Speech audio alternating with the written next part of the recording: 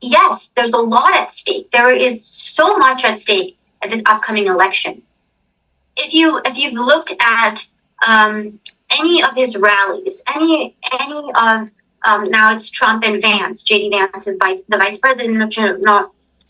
presidential nominee. When you look at the amount of people that are supporting him, it seems to be that he would win in a landslide. I mean, all the polls, if you believe them, are putting him at several percentage points above Harris. However, like you said, there's so much at stake.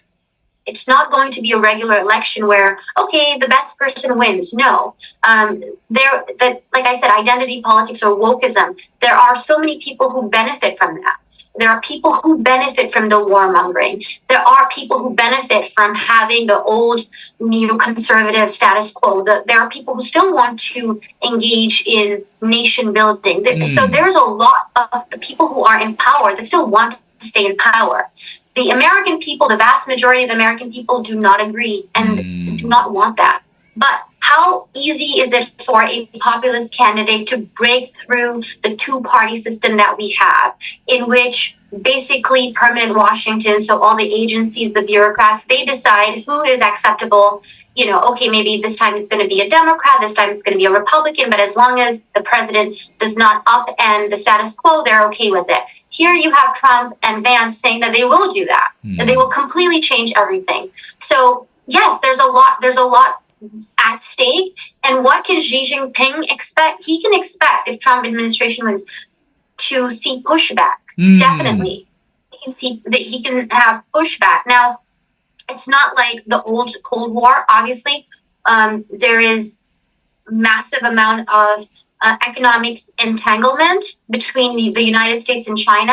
And even if we've reduced our imports from China, we're still importing from countries whose supply chains depend on China, like Vietnam, for example, or Mexico.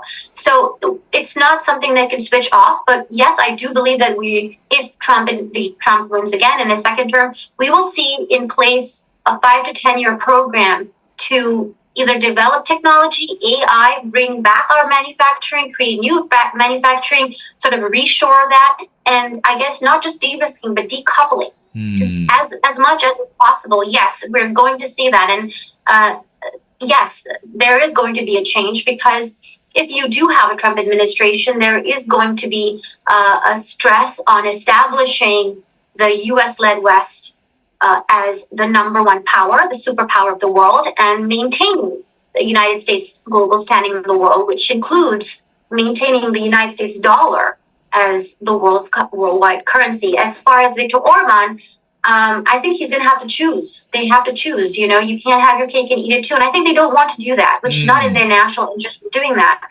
But I do believe that despite having defied the Trump administration and having gotten away with it, definitely the Trump administration will say you have to choose. If you're going to be within the European Union and the NATO ally, you're going to have to play with us. You know, you can't keep biting the hand that feeds you. You have to be with us. So I would say a reassertion of American exceptionalism, a reassertion of American dominance and leadership on the global stage. That is what you can expect if somehow they allow Trump and his partner to win. I mean, there's a lot that's going to go on. It's very, very complicated and messy. But if we have a new Trump administration, then these are the things that these other national leaders can expect.